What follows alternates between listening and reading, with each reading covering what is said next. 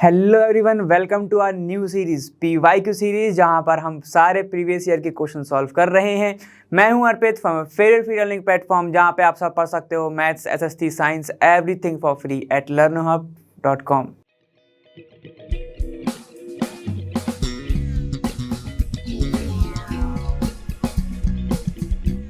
तो हम 2019 का पूरे के पूरे सेट सॉल्व कर चुके हैं। अब हम 2020 पर आ गए हैं। तो चलिए बिना कुछ टाइम वेस्ट करे जल्दी से चलते हैं और देखते हैं क्वेश्चन नंबर फर्स्ट अपना है क्या।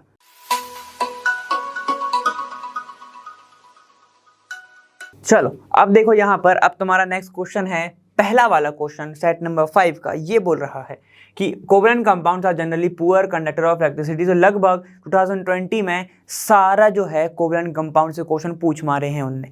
ठीक है, सेट 1, सेट 2, सेट 3 सब में ही तो पूछा था लगभग। ठीक है, तो चलो यहाँ पर देख लेते हैं कि ये पुअर कंडक्टर क्यों होते हैं। चलो देखो, कार्बन है, फिर कार्बन आ गया, ऐसे ही बताया था मैंने। ठीक है, पुअर कंडक्टर की बात कर रहे हैं, ध्यान से सुनना। ठीक है, ये क्या करते हैं, देखो अब हम बात करते हैं ये क्या नहीं करते हैं। ठीक है, तो ये क्या नहीं करते हैं बेटा, ट्रांसफर ऑफ इलेक्ट्रॉन नहीं करते हैं।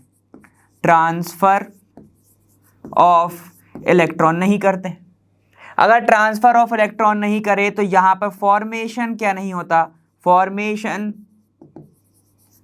ऑफ आयंस नहीं होता। फॉर्मेशन ऑफ आयंस नहीं होता, और अगर फॉर्मेशन ऑफ आयंस नहीं हुआ तो आयन ही नहीं है। ठीक है, जिसके कारण ये क्या हो जाएंगे बेटा, बैड कंडक्टर ऑफ क्या हो जाएंगे, ये इलेक्ट्रिसिटी हो जाएंगे। ठीक है, तो ये अपन ने एक तरीके से देखा। दूसरे तरीके से हम ऐसे देख सकते हैं, ध्यान से देखो। ठीक है, यहां पर ये क्या कर रहे हैं, ट्रांसफर ऑफ इलेक्ट्रॉन नहीं कर रहे तो क्या कर रहे हैं सर, शेयरिंग ऑफ इलेक्ट्रॉन। ठीक है, तो ये क्या करते हैं बेटा, शेयरिंग ऑफ इलेक्ट्रॉन करते हैं। अब अगर शेयरिंग ऑफ इलेक्ट्रॉन कर रहे हैं तो इनके बीच में एक बॉन्ड आता है जिसको अपन बोलते हैं कोवैलेंट बॉन्ड, ऐसे। ठीक है, कोवैलेंट बॉन्ड आता है। तो अगर हम मान लो कोवैलेंट बॉन्ड को ब्रेक कर रहे हैं, ठीक है, मान लो मैंने इसको ब्रेक किया, तो ये क्या नहीं होता, डिसोसिएट या फिर ब्रेक नहीं होता किसमें, आयंस में। ठीक है, डिसोसिएट नहीं होता किसमें, आयंस में। और आयंस का फॉर्मेशन नहीं है वापस से, तो क्या हो जाएंगे, ये बैड कंडक्टर हो जाएंगे। ठीक है, एक्सेप्शन आपका क्या है इसमें, एक्सेप्ट ग्रेफाइट। क्यों, क्योंकि बेटा कार्बन की वैलेंसी होती है 4, ठीक है, और ग्रेफाइट 3 वैलेंसी के कार्बन से जुड़ा हुआ होता है। ठीक है, तो एक जो वैलेंसी है इसकी, ये क्या रहती है, फ्री रहती है, फ्री इलेक्ट्रॉन रहता है, जिसके कारण ये क्या करता है, कंडक्ट करता है इलेक्ट्रिसिटी।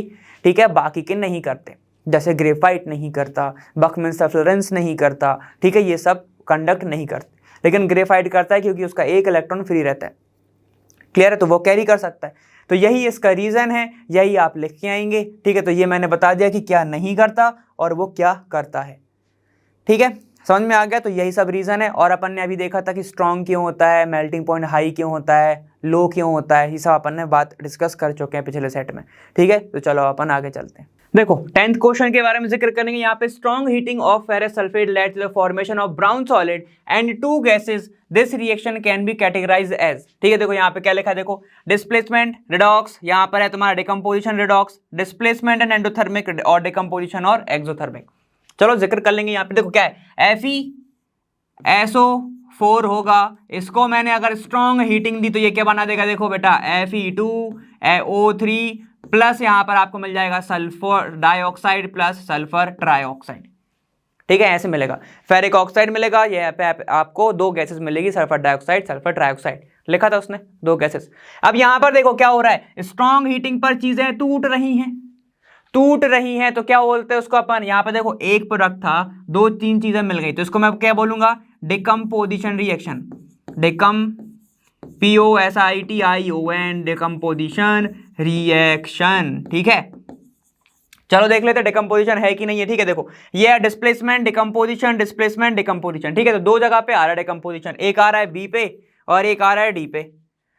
ठीक है, अब यहां पर एक्सोथर्मिक है या नहीं है, एक्सोथर्मिक तो बेटा नहीं होती है। क्यों, चलो यहां पर हीट तो रिलीज नहीं होती क्योंकि तुमको ऑलरेडी हीट देना पड़ रहा है, वरना मिनिमम हीट में काम हो जाता। रिडॉक्स है या नहीं तो वो चेक कर लेते। ठीक है, यहां पर आपका क्या था, ये +2 में था, यहां पर क्या चला गया, देखो ये +3 में चला गया, तो यहां पर क्या हो रहा है, इसका ऑक्सीडेशन नंबर बढ़ रहा है। ठीक है, ऑक्सीडेशन स्टेट बढ़ रही है, तो उसने एक इलेक्ट्रॉन और दे दिया, तो ये हो गया बेटा ऑक्सीडाइज। ये हो गया ऑक्सीडाइज। सल्फर देखो यहां पर कितना था, सल्फर की मैं बात करूं तो यहां पर कितना होगा, देखो ये कितना हो गया, देखो इसको निकालो +2, ठीक है, यहां पर x, ठीक है, इसको मैं कैसे रख सकता हूं -8 इज इक्वल टू 0, तो ये कितना हो जाएगा, देखो x इज इक्वल टू कितना है, यहां पर आ जाएगा 6, और यहां पर देखो क्या हो गया, इसका कम हो गया, ये कितना पे आ गया 2 पे आ गया, तो यहां पर इसका क्या हो रहा है, ऑक्सीडेशन नंबर कम हो रहा है, मतलब इसका हो गया रिडक्शन। ठीक है, तो हम देख सकते हैं यहां पर दो रिएक्शन हो रही है, ऑक्सीडेशन और रिडक्शन, तो इसको मैं बोल सकता हूं कि ये रिडॉक्स रिएक्शन है। ठीक है, तो ना ए है, ना सी है, ना डी है, आंसर आपका क्या है, बी है, तुम्हारा decomposition and redox reaction. Clear है, चलो आगे चलते हैं। चलो 11th क्वेश्चन के बारे में डिस्कस करेंगे। 10 ml of H2SO4 is mixed with 10 ml of MgOH whole twice, ठीक है, of the same concentration, the resultant solution will give the following colour and a universal indicator. चलो यहां पर यूनिवर्सल इंडिकेटर के साथ जब तुम्हारा प्रोडक्ट बन रहा है तो उसका यहां पर कलर क्या होगा, रेड होगा, येलो होगा, ग्रीन होगा, ब्लू होगा। ठीक है, तो सबसे पहले मैं बता देता हूं कि यूनिवर्सल इंडिकेटर, ठीक है, यहां पर ध्यान देंगे, रेड कलर जब देगा, रेड कलर कब देगा, ठीक है, येलो कलर कब देगा, येलो कलर कब देगा, ठीक है, वहीं पे आपका एक कौन सा ग्रीन कलर कब देगा, ग्रीन कलर कब देगा, और एक आपका रह गया कौन सा, ब्लू कलर कब देगा, ब्लू कलर। ये सब आपको कब मिलने वाला है। ठीक है, तो बेटा रेड कलर तब मिलता है जब आपका यहां पर क्या होता है, एसिडिक सॉल्यूशन होता है, एसिडिक सॉल्यूशन होगा, कौन सा एसिडिक, स्ट्रॉन्ग एसिडिक। ठीक है, जब मीडियम होगा, ठीक है, तो इसको मैं लिखूंगा क्या, मीडियम एसिडिक, मीडियम एसिडिक, मतलब मैं उसको बोल सकता हूं नॉट हाईली एसिडिक, मतलब थोड़ा मोड़ा एसिडिक। ठीक है, तो यहां पे क्या होगा, आपको मिलेगा कौन सा, येलो कलर। ठीक है, यहां पे क्या होगा, सॉल्यूशन। और ग्रीन कलर कब होगा, जब आपका जो सॉल्यूशन बन रहा है वो क्या होगा, न्यूट्रल सॉल्यूशन होगा। ठीक है, अब ब्लू कलर कब बनेगा, जब यहां पर क्या होगा, बेसिक सॉल्यूशन होगा। ठीक है, ये सारी की सारी चीजें होती हैं, तो आप ये सब जान चुके हो यूनिवर्सल इंडिकेटर के बारे में। ठीक है, तो चलो अब अपन डिस्कस करते हैं यहाँ पे चीजें क्या क्या होंगी। यहां पर आ जाओ, अगर मैं बात कर रहा हूं H2SO4 ने अगर रिएक्शन करा है MgOH होल ट्वाइस के साथ, तो यहां पर क्या बनेगा, ध्यान से देखो, ये बन जाएगा MgSO4 प्लस यहां पर H2O निकल जाएगा बाहर। ठीक है, अब इसको बैलेंस करना है, ऑक्सीजन यहां पर कितने, देखो 2 हैं, यहां पर कितने हैं, ये तो पूरा का पूरा बैलेंस है, ऑक्सीजन 2 है यहां पर 1 है, तो एक काम करो, यहां पर हाइड्रोजन कितने, यहां पर 2 लगा दो, खत्म, ये पूरा बैलेंस हो गया, 2 हाइड्रोजन 4 हाइड्रोजन, ऑक्सीजन 2 है, ऑक्सीजन 2 है।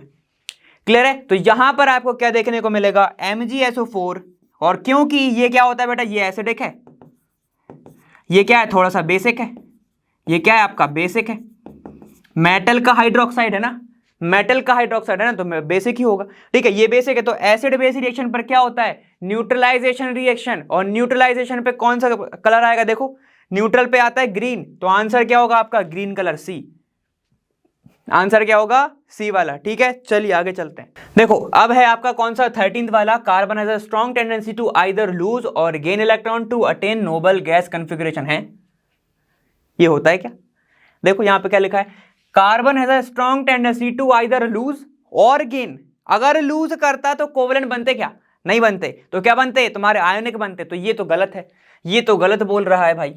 ठीक है, चलो देखो, carbon has a 4 electron in outermost shell, ठीक है, ठीक, has the tendency to share electron, क्या, share electron and with carbon और अदर एलिमेंट, तो रीजन तो सही है। ठीक है, यहां पर ए तो पूरा ही गलत है, आर सही है, तो मैं सीधे सीधे लिख दे रहा हूं कि ए आपका फॉल्स है और आर आपका ट्रू है।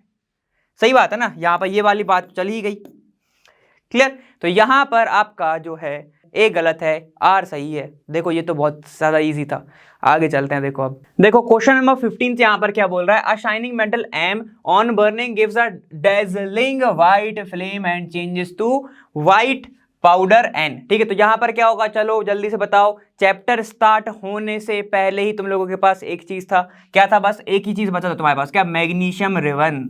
ठीक है, तो यहां पर होगा Mg का रिबन, अगर मैं इसको हीट कर रहा हूं, ध्यान से सुनना।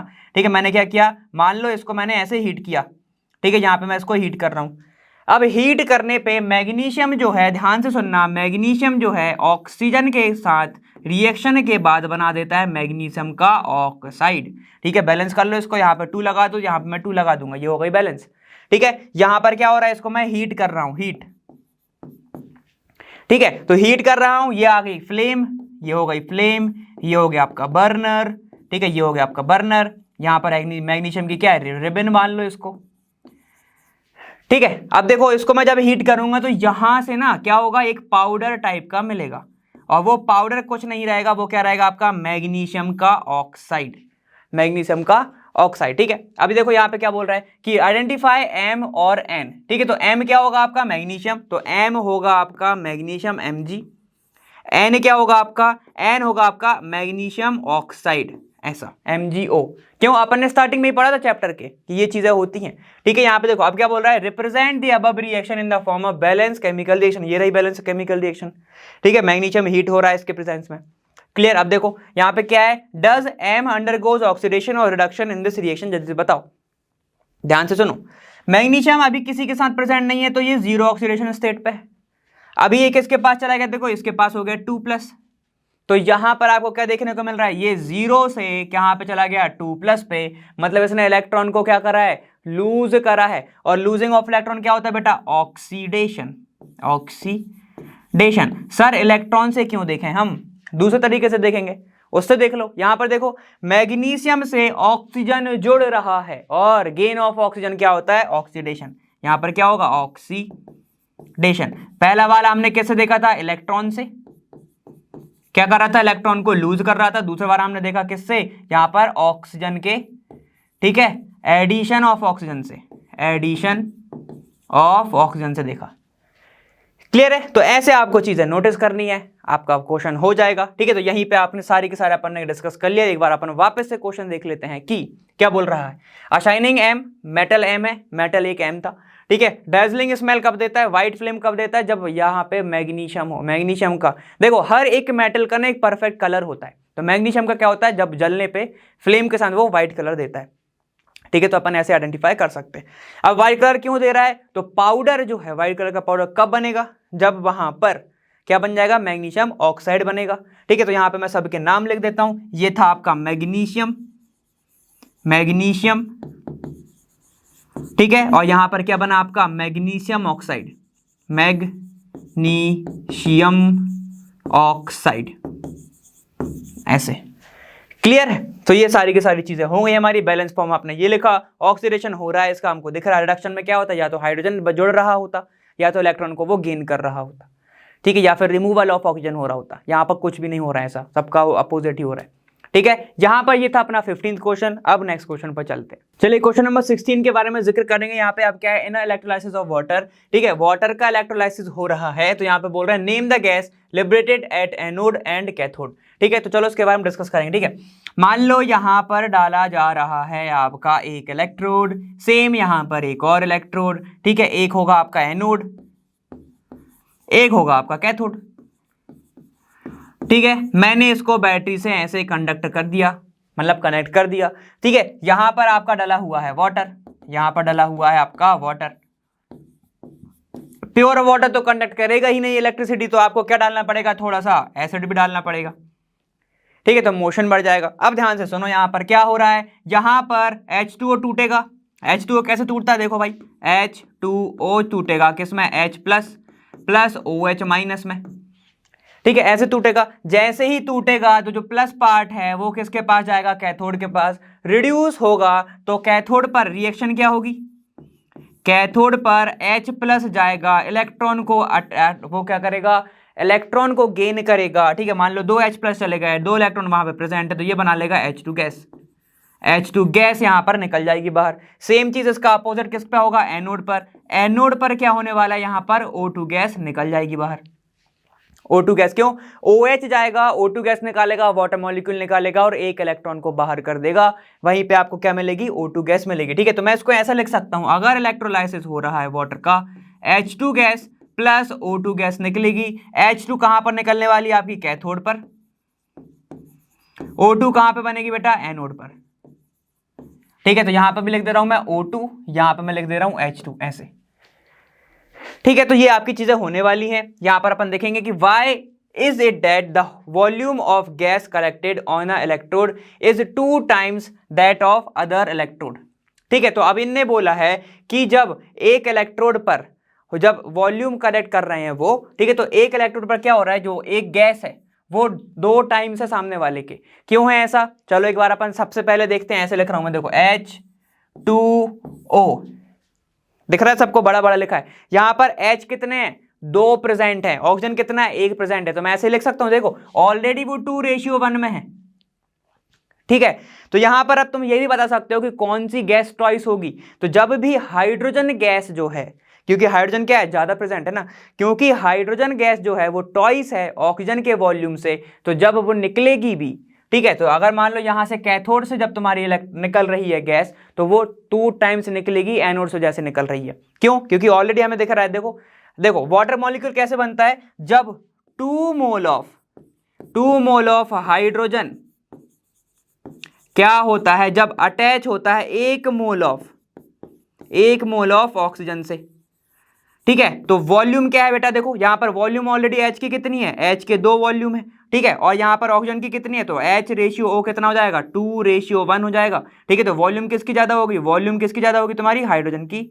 हाइड्रोजन का जो वॉल्यूम है वो क्या होगा, ट्वाइस होगा देन किससे होगा, तुम्हारे ऑक्सीजन से।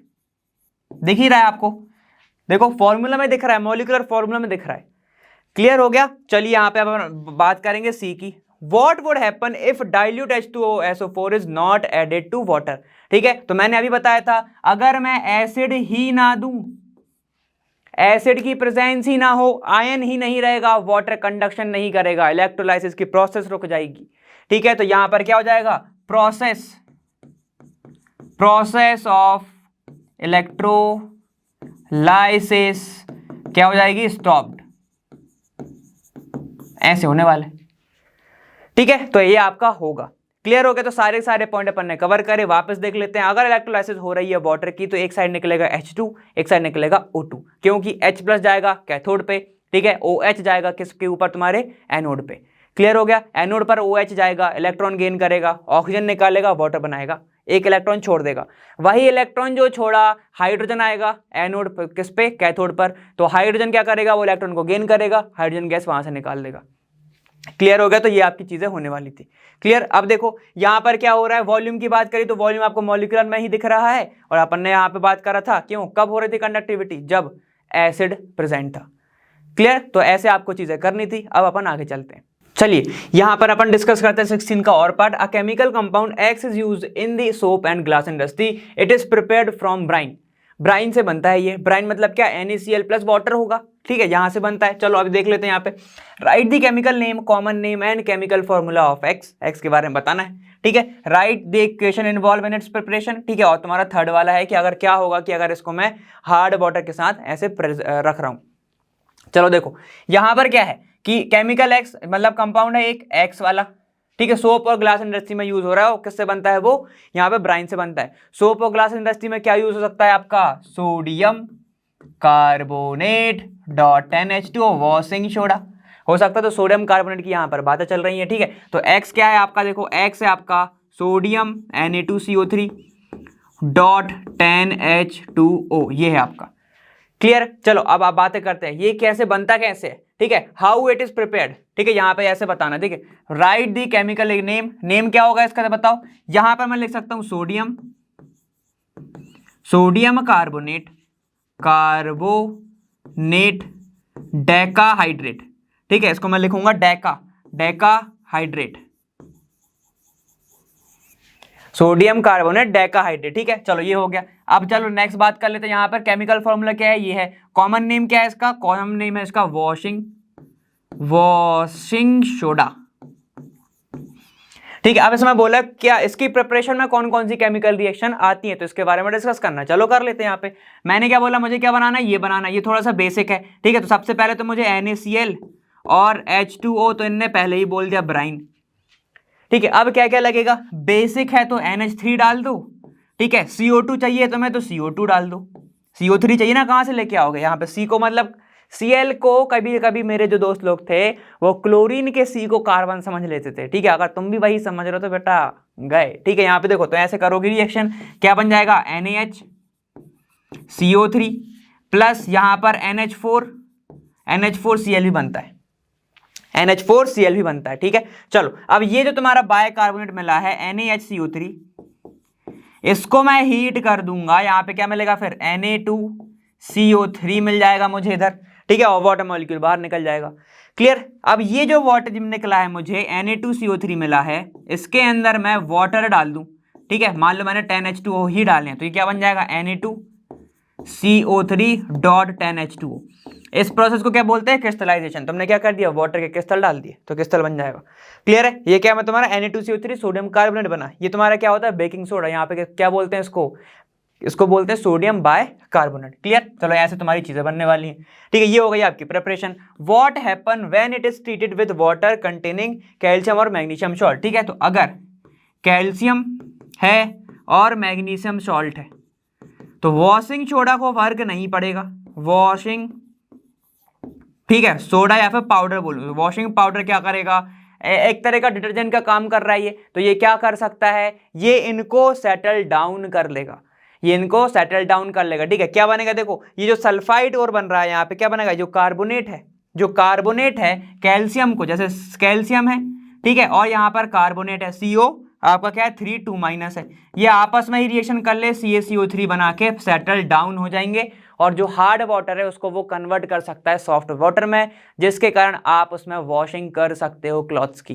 ठीक है। तो ऐसे इसका वर्क होता है, सेम मैग्नीशियम के साथ होगा, सेम कैल्शियम के साथ होगा, ये सॉल्युबल बना देगा, एक सॉल्ट टाइप का बना देगा। क्लियर है। और सोडियम तो आपको पता है वो तो है ही सॉफ्ट, ठीक है। तो ये ऐसे आपको प्रोसेस के बारे में समझना था, कॉन्सेप्ट लगाओ, आगे बढ़ो। अब अपन आगे चलते हैं नेक्स्ट क्वेश्चन पे। चलो क्वेश्चन नंबर 25 की बात करते हैं। यहाँ पे 25 क्वेश्चन आपको जो बोल रहा है वो बोल रहा है 2 ores X and Y were taken, ठीक, on heating these ores it was observe that, ठीक, और X गिव्स CO2, ठीक, और तुम्हारा क्या दे रहा है, Y जो और है वो तुमको SO2 गैस दे रहा है। क्लियर हो गया। अब उसमें बोल रहा है write step to convert these ore into metal giving chemical equation of the reaction that takes place, ठीक है। तो यहाँ पे बहुत इजी सा है, इनने ऑलरेडी तुमको एक हिंट दे के रखा है। यहाँ पे क्या निकल रहा है, देखो कार्बन डाइऑक्साइड, यहाँ पे क्या निकल रहा है, सल्फर डाइऑक्साइड, मतलब एक कार्बोनेट और होगा, एक तुम्हारा सल्फाइड और होगा, ठीक है। तो चलो अपन निकाल लेते हैं यहाँ पर क्या है, चलो मान लेते हैं X जो है तुम्हारा वो क्या है, कार्बोनेट और है, तो XCO3 होगा। जैसे ही तुम इसको हीट करोगे, ठीक है, अब कार्बोनेट और के लिए हम क्या करते हैं, कैल्सिनेशन करते हैं, ठीक है। तो यहाँ पर मैं कर रहा हूँ कैल्सिनेशन, ये हो रहा है कैल्सिनेशन। क्लियर है। तो यहाँ पर क्या हो जाएगा, ये बना देगा अपना ऑक्साइड प्लस CO2 गैस निकल जाएगी। क्लियर है, काफ़ी ज़्यादा इजी है। अब जब इसको तुम्हें और मेटल को प्योर फॉर्म में लेके आना है तो इस ऑक्साइड को हम किसी भी चीज़ से क्या करा देंगे, इसका रिडक्शन करा देंगे, ठीक है। मैंने क्या करा दिया, इसका रिडक्शन करा दिया, और रिडक्शन कराने पर हमें क्या मिलता है, यहाँ पे मेटल जो है एकदम प्योर फॉर्म में मिल जाता है। ये आपका प्योर मेटल है, ठीक है, और साथ ही साथ कार्बन मोनोऑक्साइड निकल जाएगी, ठीक है। तो ये होता है किसके लिए, आपका कार्बोनेट ओर के लिए, ठीक है। कार्बोनेट ओर की प्रिपरेशन अगर आपको करना है उसको कैल्सिनेशन करना पड़ेगा, कार्बोनेट ओर अगर है किसी भी मेटल का, ठीक है, तो आपको क्या करना पड़ेगा, प्योर फॉर्म में लाने के लिए उसको कैल्सिनेशन करना पड़ेगा, फिर आप उसका रिडक्शन करा दो। क्लियर। अब अगर सल्फाइड ओर है तो मान लो उसका फॉर्मूला है YS, ठीक है, ये इसका फॉर्मूला है। अब इसको जब तुम हीट करोगे तो तुम्हें इसका करना पड़ता है रोस्टिंग तुम्हें करानी पड़ती है। तो रोस्टिंग किसकी प्रेजेंस में होगा, ऑक्सीजन की प्रेजेंस में होगा, ठीक है। यह होती है O2 की प्रेजेंस में, ये बदल देता है YO प्लस, यहाँ पर आपको मिल जाएगा क्या, O2 गैस निकल जाएगी। कौन सी O2 गैस निकल जाएगी, सल्फर डाइऑक्साइड निकल जाएगी। क्लियर है, समझ में आ गया इतना सभी को, ठीक। तो यहाँ पर अगर इसमें उसको बैलेंस करना चाहूँ तो मैं यहाँ पे लगा सकता हूँ 3, ठीक है। जहाँ पर कितने हैं, 3 है, तो यहाँ पे मैं लग देता हूँ 3/2, ठीक है, ऐसे 3/2 ऐसा। तो ऐसे तुम्हारा बैलेंस करने के लिए लिख दिया, ठीक। तो 2 से 2 कैंसिल, 3 मॉलिक्यूल यहाँ पे तुम्हारे आ गए। क्लियर हो गया। चलो ठीक है। अब जैसे ही तुम्हें ये मिल रहा है मेटल का ऑक्साइड, इसको वापस से तुम अगर हीट करा दोगे, अगर तुमने इसकी वापस से हीट करा दी तो यहाँ पे आपको मिल जाएगा Y प्लस O2 गैस यहाँ से निकल जाएगी, O2 गैस यहाँ से निकल जाएगी। क्लियर है, कितना ईजी था। तो आपको क्या कराना पड़ा, देखो हर बार हम क्या बदल रहे हैं, देखो यहाँ पे क्या मिल रहा है आपको, इसका Y का ऑक्साइड, ठीक है, और यहाँ पर आपको क्या मिल रहा है, X का ऑक्साइड। मतलब आपकी एक स्टेप तो सेम है कि मेटल के ऑक्साइड में कन्वर्ट करना है, उसको हीट करने के बाद आपको मेटल जो है प्योर फॉर्म में मिल जाएगा। क्लियर हो गया, समझ में आ गया। और साथ ही साथ क्या निकल रहा है, एक SO2 गैस निकल रही है, और कार्बोनेट जब भी हीट होगा तो आपको क्या मिलेगा, वहां पर कार्बन डाइऑक्साइड मिलेगा। क्लियर हो गया। चलो अब देखो, अब यहाँ पे मैं लिख रहा हूँ आपका ये कैल्सिनेशन कराना पड़ता है कार्बोनेट के लिए, उसके बाद उसका करा दो रिडक्शन। ठीक है, रिडक्शन क्यों, जैसे ही वो मेटल ऑक्साइड में बदलेगा, मेटल ऑक्साइड में बदलेगा, फिर करा दो रिडक्शन, तो आपको मिलेगा एक pure metal, pure metal. Clear है। वही सल्फाइड के लिए क्या करना पड़ेगा, सल्फाइड अगर और है आपके पास तो उसका करा दो आप रोस्टिंग। ठीक है, क्या करना पड़ेगा, रोस्टिंग। उसके बाद उसको वापस से हीट करा दो तो आपको क्या मिल जाएगा, pure metal, pure metal. Roasting में क्या मिलेगा आपको, मेटल का ऑक्साइड मिलेगा, मेटल का ऑक्साइड मिलेगा। क्लियर है। तो ये प्रोसेस थी, आपको ये फॉलो करना है और फिर अपन आगे बढ़ेंगे। ठीक है, अब हमने लिखा केमिकल रिएक्शन, तो ये सारी की सारी केमिकल रिएक्शन है दोनों वाली। क्लियर है। चलिए आगे चलते हैं। चलो 25th क्वेश्चन अपन यहाँ पर डिस्कस करते हैं। क्या तुम्हारा with the help of diagram explain the method of refining of copper by electrolysis. ठीक है, तो ये वाली जो है अपन बहुत बार देख चुके थे, उसको मैं थोड़ा सा शॉर्ट में बता रहा हूँ। ठीक है, यहाँ पे देखो एक क्या रहेगा आपके पास, एक कंटेनर रहेगा। क्लियर है। यहाँ पे देखो क्या होगा, दो इलेक्ट्रोड डले होंगे, एक इलेक्ट्रोड ये हो गया, एक इलेक्ट्रोड ये हो गया। ठीक, एक एनोड होगा, एक कैथोड होगा। ठीक है, तो एनोड पर क्या करो, इम्प्योर कॉपर लगा दो, और यहाँ पर क्या करो तुम, कॉपर लगा दो, प्योर कॉपर। ठीक है, तो देखो ये हो गया आपका एनोड, एनोड के ऊपर मैंने क्या बोला, इम्प्योर कॉपर लगा दो, इम्प्योर, इम्प्योरिटी प्लस कॉपर, ऐसे लिख रहा हूं। ठीक है, कॉपर। ठीक है, यहां पर क्या होगा, देखो यहां पर होगा आपका प्योर कॉपर, प्योर कॉपर लिख रहा हूं मैं यहां पे ऐसे। क्लियर है। ठीक है, ये क्या होगा आपका, ये हो गया आपका कैथोड। ठीक है, इसके अंदर आपका क्या होगा, इलेक्ट्रोलाइटिक सॉल्यूशन प्रेजेंट होगा। तो यहां पर क्या होगा, ध्यान से देखेंगे, ये होगा आपका एनोड, यहां पर क्या होगा, ऑक्सीडेशन, मतलब क्या करेगा, लूज ऑफ इलेक्ट्रॉन। ठीक है, तो ये जो है ये Cu2 प्लस में टूटेगा, बार बार आयन में टूटेगा, ये Cu2 प्लस, Cu2 प्लस। ठीक है, ये जाएगा सॉल्यूशन में, और सॉल्यूशन से ये कैथोड है, तो यहां पर आके क्या होगा, वो Cu2 प्लस जो है आपका यहां पर आके एक डिपॉजिट होता जाएगा। तो एक टाइम के बाद ये वाली लेयर थिन हो जाएगी, ये वाली थिक हो जाएगी। ठीक है, अपन ने अभी एक और केस में देखा था ये वाला। तो यहां पर क्या होगा कि यहां पर ये लेयर कौन सी हो जाएगी, ये हो जाएगी आपका थिक, थिक हो जाएगा कौन सा, इलेक्ट्रोड। और यहां पर क्या होगा आपका, ये हो जाएगा थिन, इलेक्ट्रोड हो जाएगा। और एक टाइम के बाद ये जो इलेक्ट्रोड है ये बचेगा ही नहीं। ठीक है, और सर इंप्योरिटी का क्या हुआ, इंप्योरिटी बेटा यहां पर आकर क्या हो जाएगा, डिपॉजिट हो जाएगा, जिसको अपन क्या बोलते हैं, एनोड मड, एनोड मड बोलते हैं। तो ये प्रोसेस आपकी इधर पे होनी है। ठीक है, इंप्योरिटी एनोड की साइड पे जमा होती है, इसलिए उसका नाम एनोड मड होता है। ठीक है, क्योंकि इंप्योरिटी लगभग कीचड़, ये कीचड़ को अपन क्या बोलते हैं, मड़ी बोलते हैं ना। ठीक है, तो यही आपका ऐसा हो जाएगा। क्लियर। तो ये आपको चीजें आपको देखने को मिलेगी। आयन का ट्रांसफर जब बंद हो जाएगा, जैसे ही इसके पास कॉपर बचेगा ही नहीं। क्लियर हो गया। तो ये आपकी प्रोसेस होती है, इसको बोलते हैं electrolytic refining, electrolytic refining of copper. Clear हो गया, ऐसे होता है।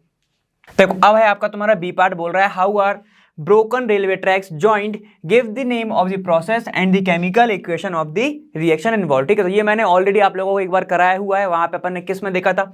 यहां पर देखेंगे, यहां पर अगर मैं बात करूं Fe2O3 जो है, अगर ये एल्यूमिनियम के साथ रिएक्शन करता है तो क्या बनाता है, ये देखो Al2O3 बनाता है, और साथ ही साथ यहां पर आयरन निकल जाता है। बहुत सारी एनर्जी, क्या मतलब हीट जो है वहां से क्या होता है, रिलीज होता है। बहुत ज्यादा तुम्हारी कौन सी हीट रिलीज होता है, जो हीट इसको ही पिघला देती है। ठीक है, जब आयरन पिघल जाएगा, उसको रेलवे ट्रैक के क्रैक्स को ज्वाइन करने में तुम क्या कर सकते हो, उस मोल्टन आयरन को यूज कर सकते हो। ठीक है, इस प्रोसेस का नाम होता है बेटा थर्माइट, थर्माइट प्रोसेस भी बोलते हैं इसको। मैंने ऑलरेडी तुम लोगों को एक बार बताया हुआ है, जहां पे अपन ने डिस्कस करा था जब मरकरी का ऑक्साइड को अपन रिड्यूस कर रहे थे। ठीक है, वहीं पे था तुम्हारा सारा, लास्ट क्वेश्चन में है ये वाले। ठीक है, चलो तो ये आपकी ऐसी रिएक्शन होती है, थर्माइट प्रोसेस उसको बोलते हैं। गिव दी केमिकल प्रोसेस, तो प्रोसेस का नाम ये है। केमिकल इक्वेशन ये रही आपकी। ठीक है, और इन्वॉल्व, ठीक है, ये सारी की सारी आपकी यहाँ पर है। ठीक, इसको बैलेंस करना है तो बैलेंस कर सकते हैं, यहाँ पर 2 लगा दूंगा मैं। ठीक है, यहाँ पर 2 और यहाँ पर 2 लगा दूंगा। क्लियर, यहाँ पर 4 आ जाएगा फिर, तो ये आपकी बैलेंस हो जाएगी पूरी की पूरी केमिकल इक्वेशन। क्लियर है। तो ये रही आपकी बहुत सारी इजी 25th क्वेश्चन का और पार्ट। अपन आगे चलते हैं। चलिए 26th और डिस्कस कर लेते हैं। यहाँ पे क्या है, डिफाइन आइसोमेरिज्म। आइसोमेरिज्म क्या होता है, draw all possible isomers of butane. ठीक है, चलो आइसोमेरिज्म क्या होता है, चलो डिस्कस करेंगे। आइसोमेरिज्म, ठीक है, आइसोमेरिज्म लिखा हुआ है यहाँ पर ऐसा। इसमें मतलब क्या होता है कि मॉलिक्यूलर फॉर्मूला सेम हो। ठीक है, तो same molecular formula, same molecular formula पर बट डिफरेंट क्या होता है इसका, डिफरेंट होता है स्ट्रक्चरल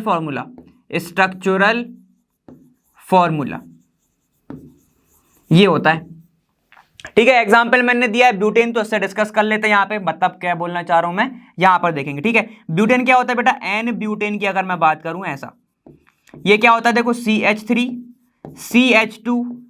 CH2 और ये CH3, यही होता है। ठीक है, इसको मैं कैसे और लिख सकता हूं, देखो अगर मैं इस CH3 को इसके ऊपर लिख दूं तो ऐसे दिखेगा ये CH3, ठीक है, CH3 और यहां पर भी CH3।